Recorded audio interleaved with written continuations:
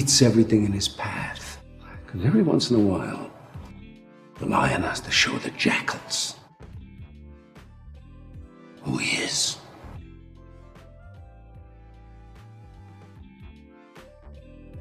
It's too late to be scared. It's time to kill. I'm going to the other room. You come out when you're ready. And she says the most offensive thing to me that you can say to a person of color in the United States of America. She asks me, "Were you born in this country?" And I was immediately offended. I put my hands on my hips and I said, "Yeah, I was born in this country."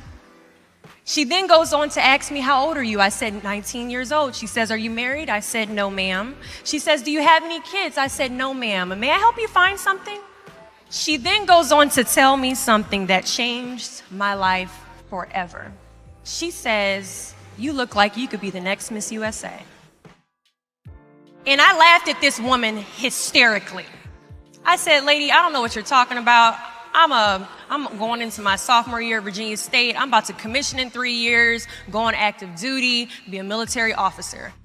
Somehow, this crazy woman convinced me to meet her at Starbucks the very next day. She brought this foot-tall stack of pageant books, and she goes on to convince me to compete in my very first pageant.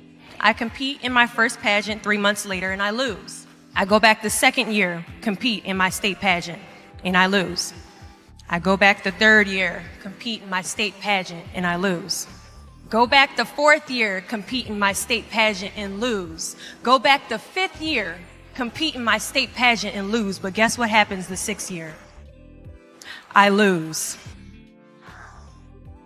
I called her on the phone 6 years after our Target conversation, and I said, "You told me I could be the next Miss USA." And she says, "Deshauna, keep trying, keep trying, keep trying." In June of 2015, this amazing, kind of cuckoo woman passes away from leukemia. In December 2015, I win Miss District of Columbia, USA. In June 2016, I'm crowned the first soldier to win Miss USA. And last January in Manila, Philippines, I walked the Miss Universe stage and placed top 9 amongst 86 countries.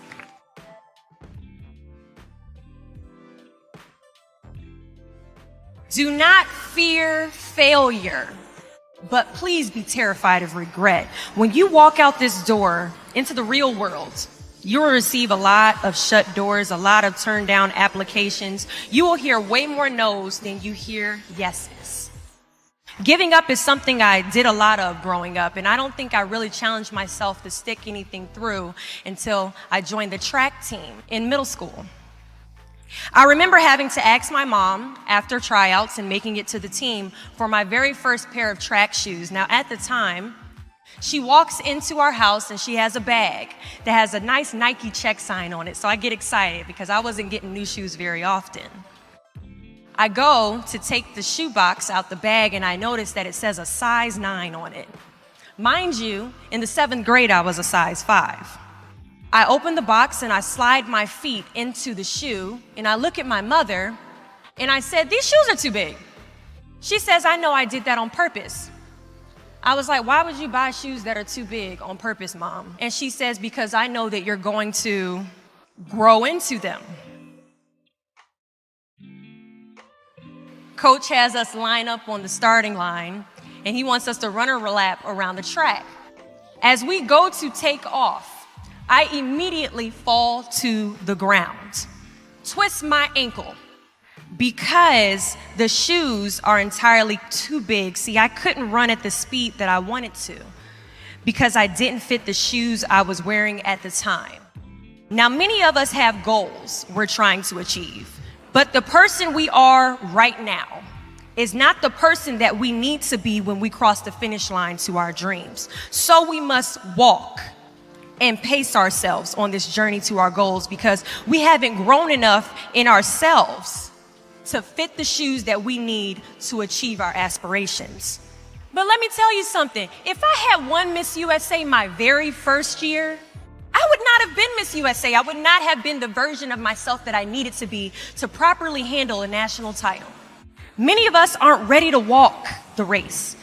But understand that as we walk this race, we pace ourselves, and as we pace ourselves, we grow. And as we grow, our foot gets bigger, and as our foot gets bigger, our shoes begin to fill, and as our shoes begin to fill, we can now run a little bit faster, and as we pick up the pace, we get to the finish line at the exact time we are destined to cross it. Do not fear the word no. But be afraid of the possibility of a yes that you have prematurely destroyed because you decided to quit before the clock strikes 12. There are a lot of questions that is going to keep you up at night, but I guarantee there isn't one question that will keep you up longer at night than the question, what if I didn't give up?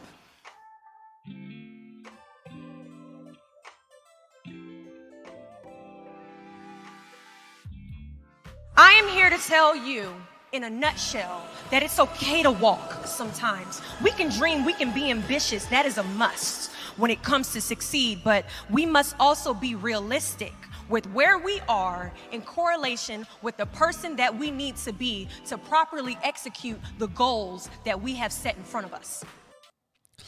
Today's episode is entitled, Don't Fear Failure, but Be Terrified of Regret by Deshauna Barber.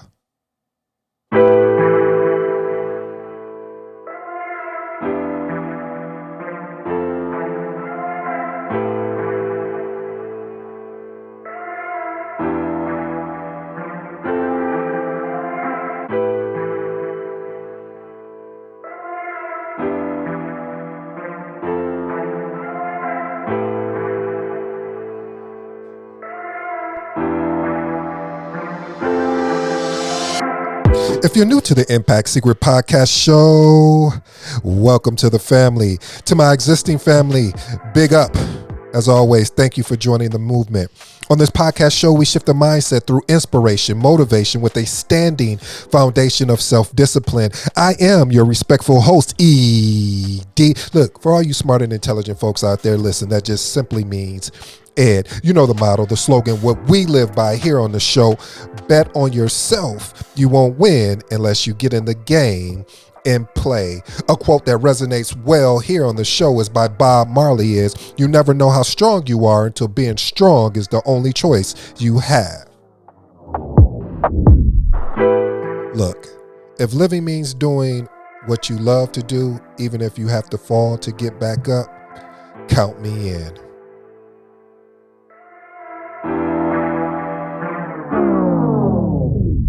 One question, two thought-provoking statements. First question, what if I didn't give up? What if I didn't give up? First thought-provoking statement, don't quit on me. Beating mediocrity. Don't quit on me. Beating mediocrity. And the last and final thought-provoking statement, putting the world on notice. That's by Lisa Nichols. Putting the world on notice. As I mentioned at the top of the show, the episode is inspired and entitled by Deshauna Barber, called Don't Fear Failure, but be terrified of regret. Let's say that again. Don't fear failure, but be terrified of regret. And like I said, that's inspired by Deshauna Barber. You know what, family? Let's get to work. You know, as I was going through, as I normally do when I prepare for the show, what I was going to speak about, and I was running through a lot of different clips, and when I came upon this clip, I've heard it before, and the reason why I was so excited is because we all struggle with the notion of regret.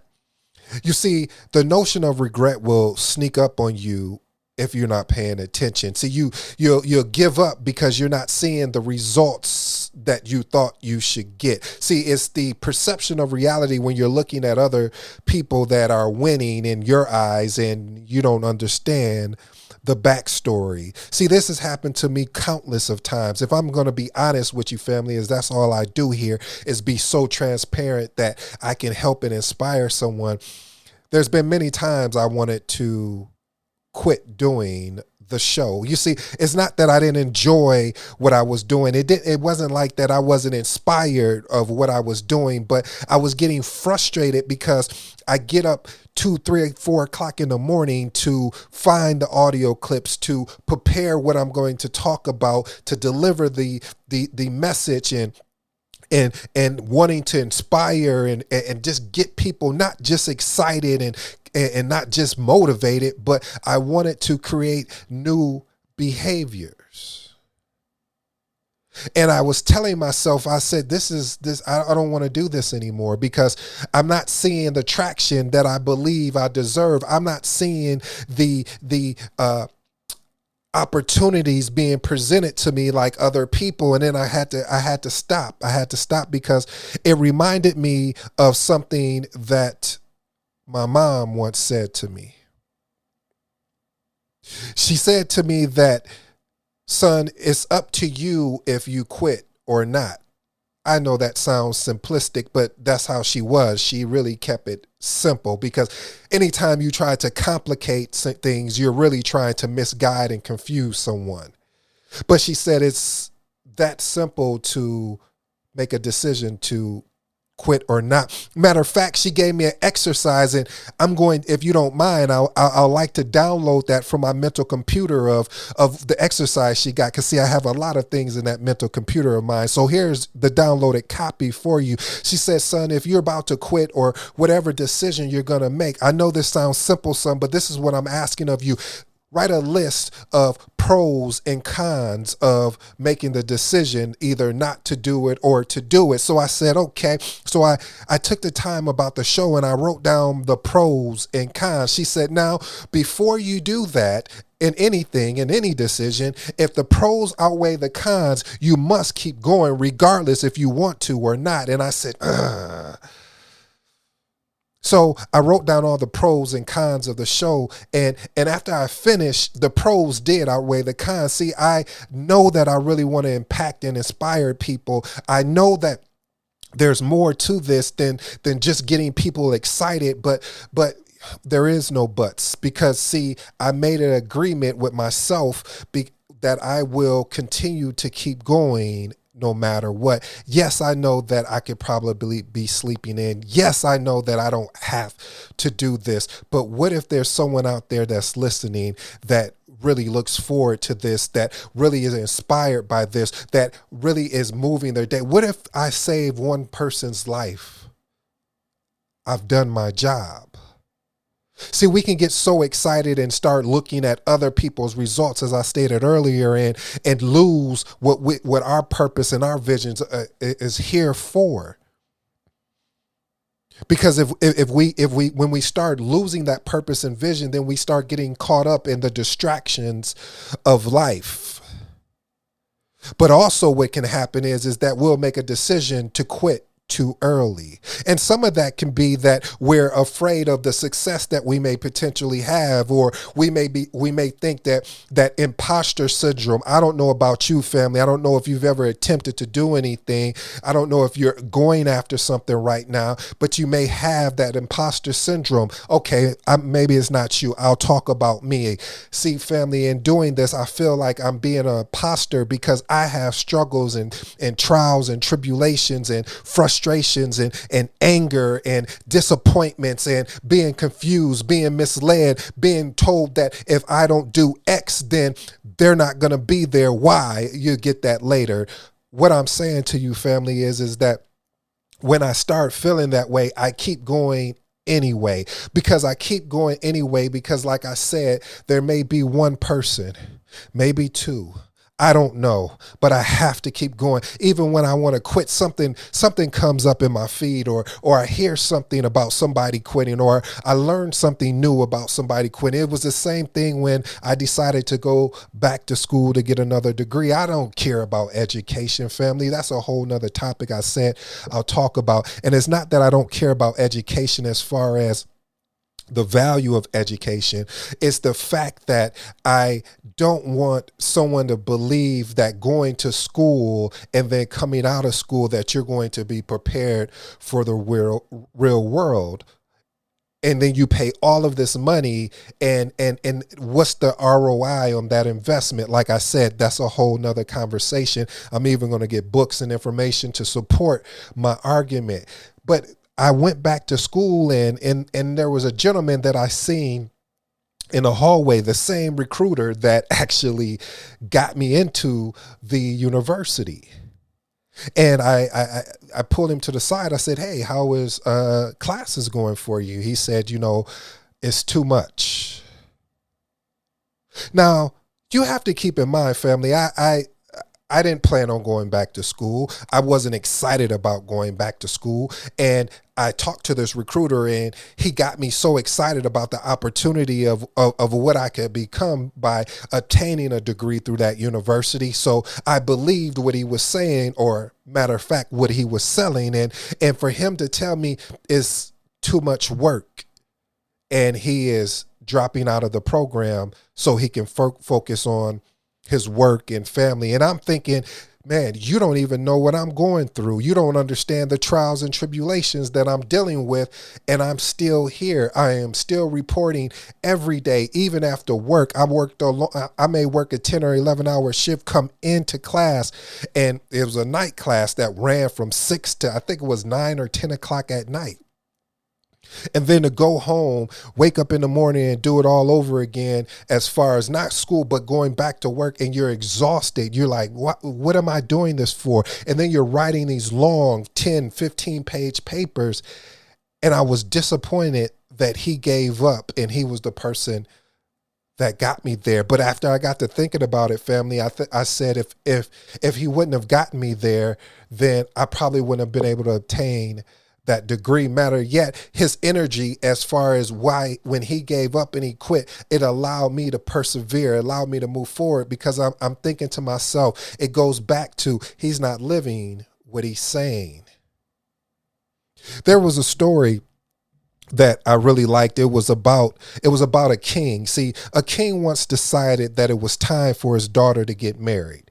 He held an event to find the most brave man in the kingdom. Several princes and hundreds of villagers gathered at the event. At last, the king announced the competition.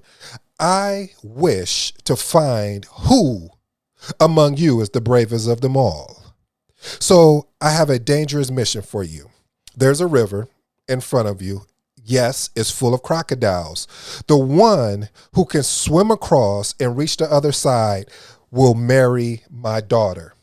The princes looked at each other. The princes looked at each other, and then the river, and then at each other again. All of them hesitated to encounter such great danger and were not willing to swim. Suddenly, splash! A prince jumped into the water and started swimming like crazy. The masses were screaming in excitement. The man swam across so fast and reached the other side. The king was delighted to see such a brave man, sent a boat to bring him back, and ordered his servants to begin the celebration.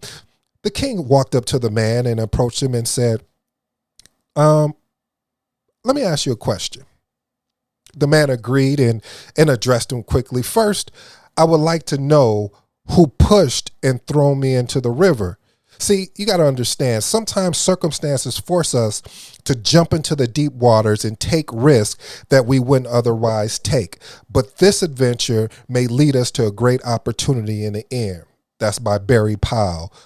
Stories and presentations for the audience. You see, family, the reason why I love that story is because a lot of times we are pushed in situations that we're unprepared for, that we're uncomfortable in, that we are unwilling to join in, but it may be the greatest opportunity for us. It may be the blessing that we were looking for, but since it wasn't wrapped in a box and a bow, we get confused. And when we get confused, we just kind of push it to the side. See, one thing about being complacent, and I know because I've I've had many situations in my life where I was complacent.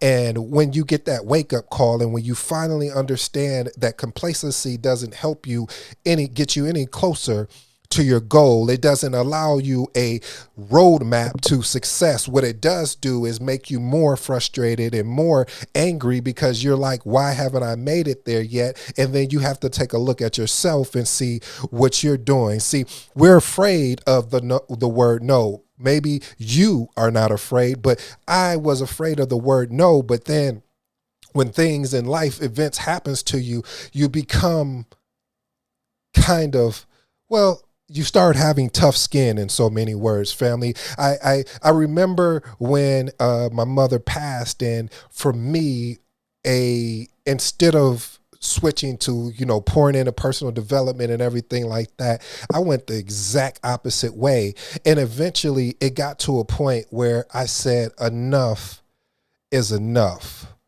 And how all of these events had happened at the same time, family, is losing my mom, losing a job. At the same time, I was like, you go into victim role. How many of you have said this, family? What else could go wrong? And everything else that I asked what could go wrong went wrong. And I started blaming everybody else except for blaming myself. See, family, we have more control over our events as far as what we can control. I can't control what's going to happen to me or what someone is going to do to me. I just can't. You can't control what somebody is going to do to you or not do to you or do for you, because that's even huge too. Because a lot of times I still battle with this. You can get caught up in doing so much, and then you can start creating a sense of resentment because of the return in value is not coming back, and you keep asking yourself, why? What am I doing wrong?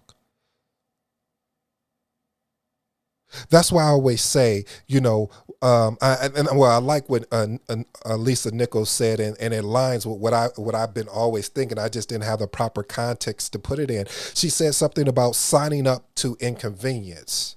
See, when I decided to do this show, I signed up for inconvenience, and I'm not even done yet, because now I have to go into something that I've honestly, family, it's not a fear of mine. It's just, I just haven't taken the time. I've created the excuse, and that's actually creating the video portion of this, so you can have a video look of your boy. I mean, man, I'm telling you, I'm all right. I mean, I'm not bad on eyes, but, I'm just saying. But yeah, creating a video portion, I've used every excuse possible. Well, I work out and I'm going to be in workout clothes, and I just won't have the time to shower, and I won't have.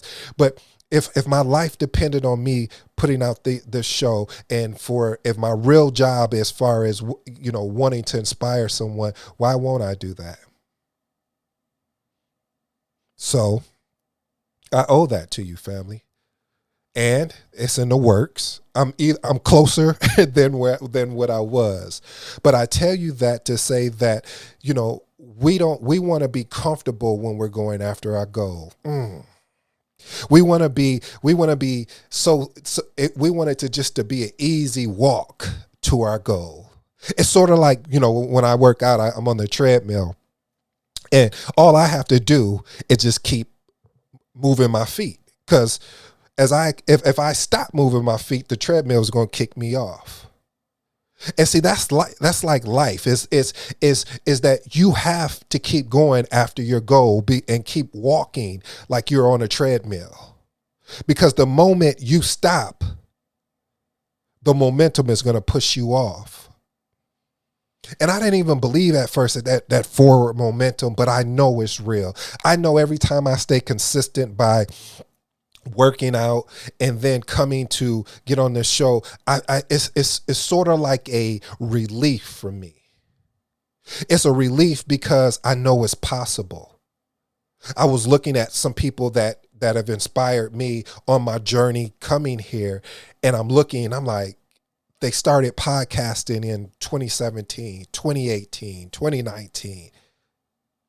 They got like 200 shows or 100 shows. And I'm like, ooh, I'm gonna lap them. And it's not, I'm competitive, but I'm not competitive in a way where I'm disrespectful, but I'm competitive in a way that, yes, I want to win. Yes, I want to be king of this. Yes, I believe that is something in me that I am pulling out of me, and it's good. And I have to practice. I know everyone understands the 10,000 hour rule, but I understand that I have to keep moving forward. I have to keep doing this. I have to keep perfecting and crafting my skill set. So eventually, when I look up from being hidden, as I told you what Tyler Perry says, that I'm looking around and I'm like, where's everybody at? See, family, whatever your goal is, or whatever is that thing that keeps nudging you and you keep nudging it back like, no, I'm not ready. No, I don't want to do this. No, I don't want to make that sacrifice of getting up early so I can beat my family up, so I can do the thing that I said that I want to do. No, I don't want to go, do this. No, family, you have to stop pushing back and saying no and let it happen and start getting that forward momentum. Yeah, it might take some time. If you would have told me back in May of last year when I started this podcast that I would have done these many episodes, I would have laughed at you. I've been trying to do YouTube for 3 years to come up with content, and it was just hit or miss. But how can I get on this mic and do it the way that I do? Relentlessly, with ease, because I'm living in my gift. But just because I got a gift, that doesn't mean that it requires something of me. It requires that I put in work. It requires something of you. It requires that you study. It requires that you put in work. It requires that you just don't talk about it. You go out and execute. You know how many people that I've heard that tell me, man, I would love to start a podcast or, a YouTube channel. And I'd be like, well, why don't you? Well, I got to do this and I don't understand this. And you know what I say right back? I say, are you serious or are you just playing? Do you want to talk about why you can't do it, or you want to talk about why you can? See, when you start changing your mindset up like that, family, and start thinking about why you can, like I love what Les Brown talked about when he was talking about somebody saying, well, they didn't know what to do, and he asked a real thought-provoking question. He said, well, if you did know what to do, what would you do? Again, I'll say it again. If you did know what to do, what would you do? And I thought about that. It's just like anything in life. If you did know what to do, what would you do? It makes so much sense, family, is that we as people, we try and complicate everything. It's like, how can this happen? How could this be? But it's easier in these days and times than it was before the internet. Because if you wanted to do a podcast or some type of show, you needed to have the equipment of a top. Man, nowadays, you can literally go on that Anchor app if you want to start a podcast and just hit record. Because now I'm understanding it's this journey that I'm on. It's all about execution. It's not about trying to be first. It's trying to be consistent. It's trying to be concurrent. It's trying to be, no, it's not trying. See, trying is something simple. Again, it's one of those things where you are allegedly making an attempt. You have to do, you have to be, you have to say, you know what? Yeah, today is the day that I'm going to do what I need to do. And yes, along the way, take the required breaks. Family, when at first I was doing this 5 days a week, but once I started studying for my PMP, I understood that I wouldn't be able to do that. So I won't be able to produce a show every day. And that's cool. So I have to understand, what does that look like? What days am I going to take off so I can sleep in, so I could rest to make sure my mind is viable? Look, I'm all about getting some rest, because they did an experiment, or not even an experiment. If you ever, heard of POW, prisoners of war, what you understand is when you create sleep, when you deprive someone of sleep, it's harder for them to think. It's harder for them to comprehend. It's harder for them to, like, even simple stuff of trying to, brush your teeth or anything. You just don't even know what you're doing. So I'm not one of those people that be like, you don't need to, you don't need to rest, and you just need to go, go, go. No, because this is a journey.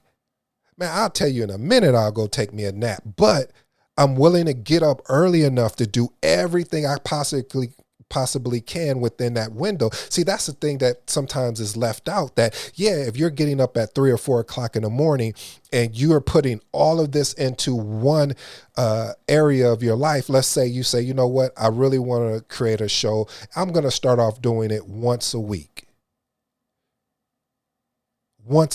Like, you have to take these steps, and we forget as a baby where you would walk, and when you're walking you would fall down, and then you get back up and you try it again, and then it was the same thing. Then it was the same thing when you transition to getting on a bike. You had training wheels, and then eventually you got to a point it was like, I don't need those training wheels. But it's a progression.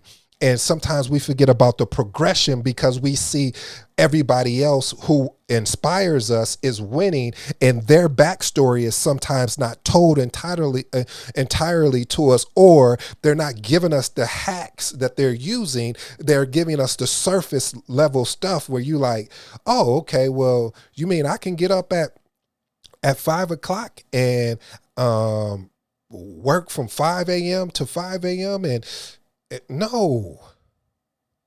This is supposed to be a journey that even though you're going to be uncomfortable, you're still enjoying the ride. You're still enjoying the process. Because if you start enjoying the process and the ride, by the time you get to your destination, it'll be definitely worth it. I don't know about you. It's like I'm so, you remember when, I don't know, but when we used to take road trips. And the funny thing about road trips is that when you are in the car and you're going to your road trip, you're so excited to get to your destination that the trip is worth the drive, especially if you got some good people in the car with you guys vibing out and everything like that. But on the way home, you're thinking like, oh man, all right, I guess I got to go get back to life again.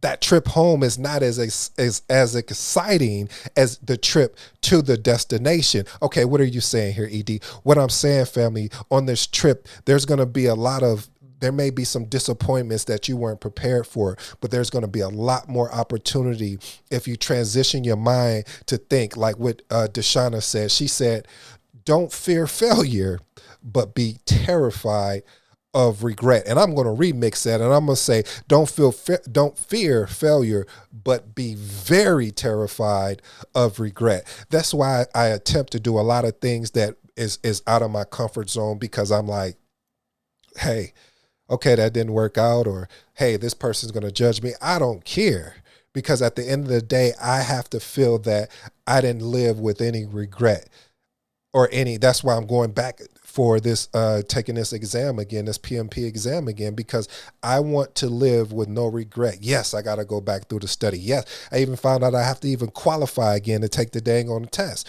But I'm doing it because for me, I have something to prove to myself. I don't want to have any regrets. I don't want to have any reasons why I couldn't move forward or why I couldn't do that. So today, family, if you're still here, if you're still rocking with your boy, I challenge you to pick up that thing that you've laid down, that dream, that vision, that opportunity. Go back and revisit it and make a decision today that you are going to make a step forward. I hope you enjoyed today's show, family. Remember, failing is temporary when failure is permanent. The difference is failing is you're attempting and you're not going to give up. Failure is you just giving up and giving in to what people have said that you couldn't be, how you couldn't live, how you couldn't do. Don't listen to them. Because you got to ask yourself, what are they doing with their life? Until next time, this has been your boy ED. Hard work and dedication. I'm not going to stop. Peace.